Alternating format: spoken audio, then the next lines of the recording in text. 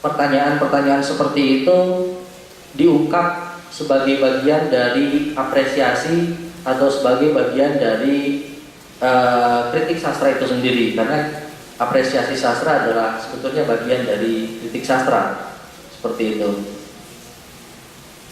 Kemudian mengapa pula kemudian sastra itu menjadi penting? Mengapa ada mata kuliah sastra? Atau lebih sederhana lagi, mengapa ada jurusan bahasa dan sastra? Apa hebatnya sastra hingga harus ada ilmu tentang sastra? Dasar-dasar pemikiran itu yang kemudian menjadi semacam kecerewetan yang penting, yang harus diungkapkan, diutarakan, karena dari kecerewetan itu muncul sebuah konsep keilmuan tertentu. Saya menganalogikan di makalah saya di sini bahwa jika tidak ada keceriwisan tentang sebuah gejala, mana mungkin ada penjelasan rinci dan meyakinkan tentang gejala atau hal itu. Bukankah juga beberapa teori atau ilmu atau ideologi yang sekarang dianggap adiluhung dulunya dianggap mengada-ngada? Kopernikus misalnya, Darwin, Yesus, Nabi Muhammad juga pada awalnya dianggap oleh orang-orang di masanya sebagai orang-orang yang penuh dengan lelucon, seperti itu. Tetapi belakangan kemudian kan ideologi mereka itu dianut oleh jutaan orang sampai sekarang, gitu. Itu yang kemudian menjadi penting di dalam sastra. Jadi konteks-konteks bagaimana kita bisa mempertanyakan segala sesuatu dalam hubungannya dengan semua aspek kehidupan itu menjadi penting. Kemudian kita melacak juga bahwa kita akan bisa melacak ketika sastra menjadi penting, maka sastra itu bisa dikategorikan sebagai bagian dari sejarah umat manusia, karena tidak dapat dipungkiri.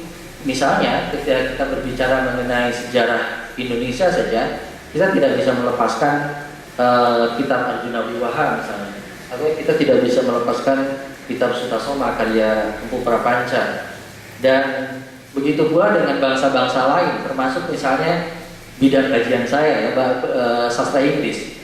Di kajian sastra Inggris misalnya, untuk menelaah sastra zaman kuno atau yang dikategorikan sebagai Old English, itu misalnya kita tidak bisa melewatkan adanya Epic Beowulf yang sudah banyak difilmkan dengan berbagai macam versi Epic Beowulf itu. Atau misalnya petualangan Raja Arthur, King Arthur itu, bagaimana kemudian legenda-legenda Arthur itu dibuat sedemikian rupa untuk menjustifikasi adanya sejarah bangsa Inggris. Termasuk juga legenda-legenda di kita, Majapahit dan sebagainya, karena banyak orang, para ahli sekarang itu menganggap bahwa termasuk Gajah Mada juga dianggap sebagai orang yang penuh mitos. Jadi seperti bagi orang Marahaen, Soekarno itu juga mitos, seperti itu. Jadi Gajah Mada bisa mungkin hadir dulunya, itu bisa juga tidak, bisa saja itu ciptaan dari rekaan dari orang-orang zaman itu yang kemudian hadir pada masa itu.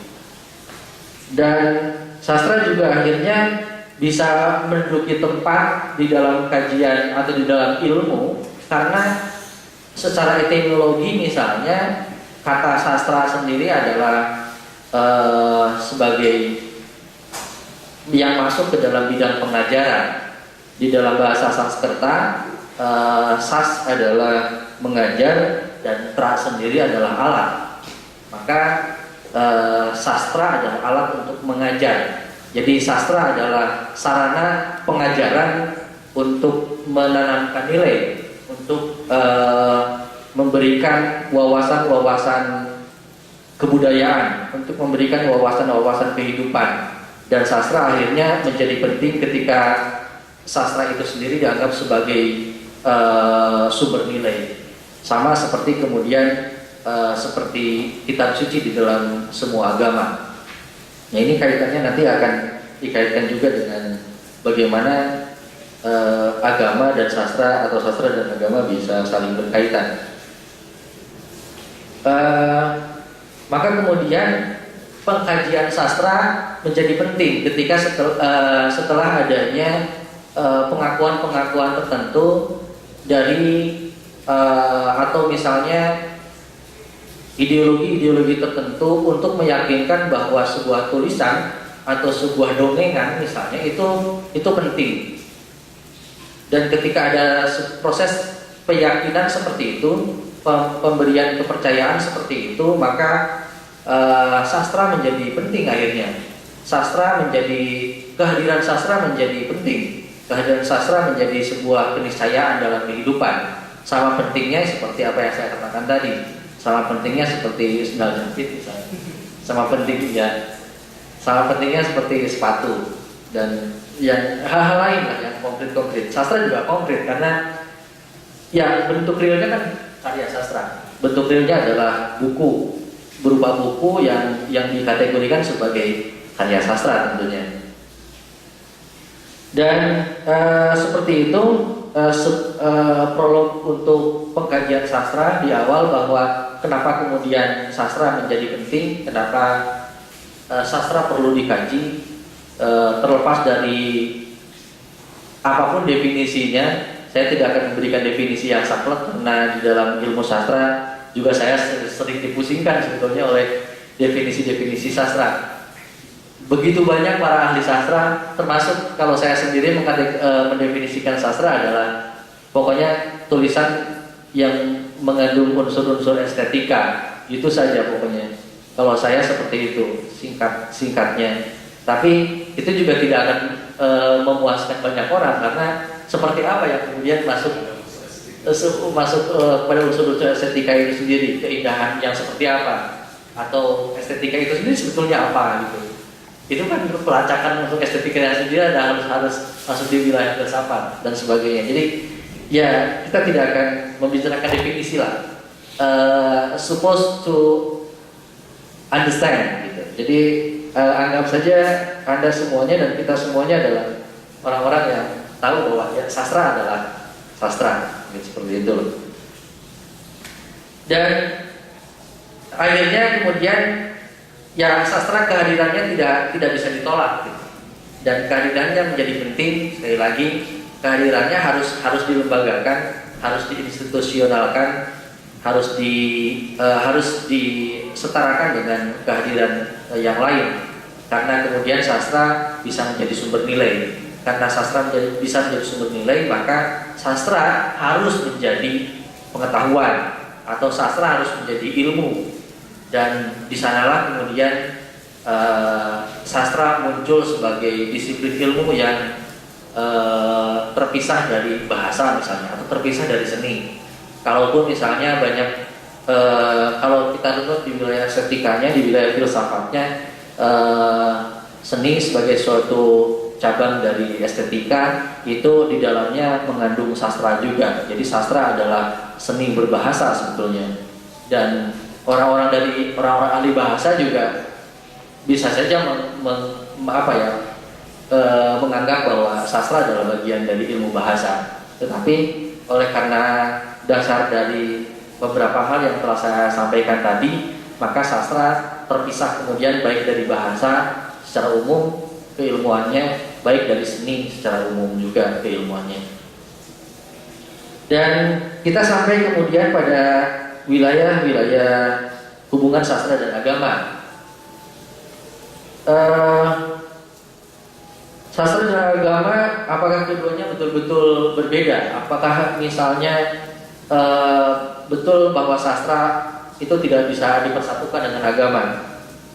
Apakah keduanya tidak bisa berkompromi atau dikompromikan? Atau dalam bahasa saya, apakah sastra dan agama tidak akan bisa pernah berpelukan dengan mesra? Seperti itu.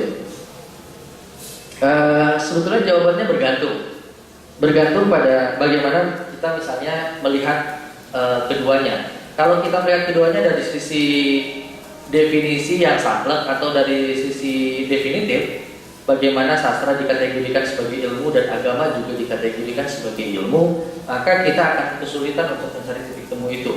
Mencari titik temu di mana benang merahnya bisa atau sampai kapanpun misalnya sastra dan agama tidak akan pernah berpelukan dengan mesra. Tetapi ketika misalnya sastra dianggap atau diasosiasikan seringnya di kewilayahan fiksi atau yang fiksional atau yang fiktif yang terbebas dari kekangan, maka sastra di sini saya analogikan seperti mimpi yang merupakan sublimasi pengalaman manusia. Sastra juga seperti itu. Ini bedanya dengan agama. Agama bukan sublimasi pengalaman manusia. Agama merupakan representasi kewahyuan, revelation. Di sana muncul bahwa agama apapun meyakini bahwa semuanya itu datang dari pencerahan yang maha, baik itu disebut oleh Islam sebagai Allah, mau disebut oleh Kristiani sebagai Yesus, mau disebut orang Buddha sebagai Sang Buddha, atau orang Hindu sebagai Trimurti dan sebagainya, tetap saja itu yang berhubungan dengan yang maha dan bukan merupakan sublimasi pengalaman manusia. Yang karena analoginya dianalogikan sebagai mimpi dan itu sublimasi pengalaman, maka proses berkesastraan atau kehidupan sastra, atau misalnya seseorang ketika mencipta karya sastra itu datang dan pergi tanpa permisi sebetulnya. Jadi apapun yang kemudian bisa diproduksi sebagai karya sastra itu adalah sublimasi pengalaman yang kemudian tidak bisa dihadirkan seperti kita menghadirkan air gelas, kita ke bawah, kita beli dari kantin atau dari warung, kita kemudian minum. Tidak seperti itu. Karena merupakan sublimasi pengalaman, maka sastra dalam hal ini selalu identik dengan proses wit. Dalam hal ini wit itu berhubungan dengan intelektualitas hati. Katakanlah wit itu ilham, seperti itu. Dan kemudian agama sebaliknya bukan substansinya, bukan kebebasan, bukan sublimasi, tetapi proses pewahyuan itu, dan proses pewahyuan mengutamakan aturan, itu mengutamakan aturan sebagai substansinya. Nah di sini kemudian kalau kita menghadirkan definisi yang seperti itu, maka tidak akan ketemu benang merahnya. Tetapi kalau misalnya kita melacak secara diakronis dalam pengertian diakronis itu sebetulnya ada istilah dari ahli linguis Swiss ya, Ferdinand de Saussure, bahwa pelacakan atau penelitian bahasa katanya itu bisa menggunakan dua perspektif. Satu perspektif sinkronis, dua perspektif diakronis. Sinkronis itu lebih ke yang sejaman, yang sewaktu. Diakronis itu rentangan zamannya lebih besar. Nah, kalau kita bisa melacak secara diakronis, sebetulnya hubungan sastra dan agama itu bisa sampai pada ungkapan-ungkapan yang ada di dalam kitab suci sendiri sebetulnya. Berhenti dulu kah atau langsung? Berhenti dulu.